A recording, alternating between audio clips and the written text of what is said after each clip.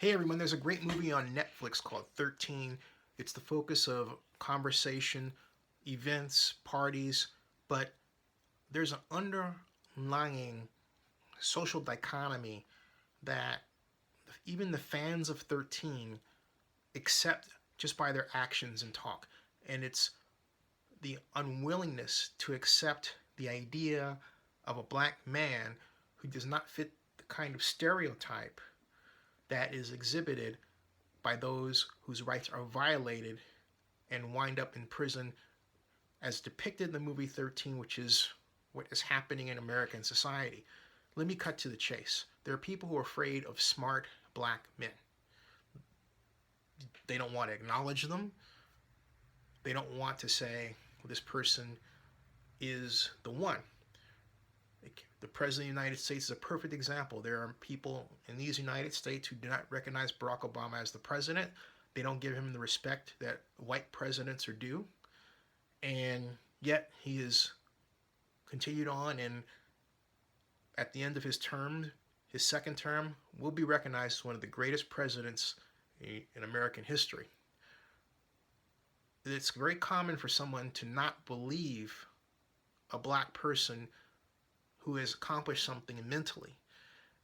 The problem in these United States and the hallmark of racism is for someone to not look at the accomplishments of someone else.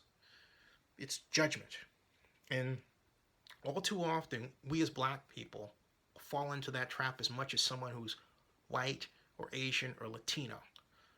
We want to see someone else black as downtrodden or less than or likely to get in trouble as opposed to the person that has the answers. This is changing, but it's not changing fast enough.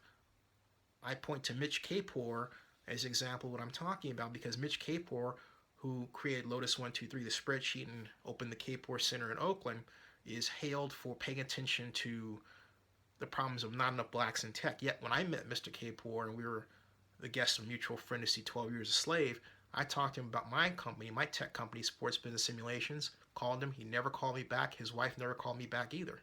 Okay? So I realized in watching his actions, a younger person, a stereotype that fits in a box. And he's what I'm talking about. He's exemplary of the problem. So in order to make sure that we don't have more and more incidents that create unlawful and illegal and horrible incarcerations of black men that create the conditions around which 13 is made, we have to change the way we think about black men. We have to accept the idea that if we want society to improve, that if a black person should be at the top, put them there and don't question why they're there, particularly a man, because we're quicker to elevate a woman than a man. We have to look at that problem straight in the face, and we have to deal with the problem. The problem comes from us as a collective. We got to stop it.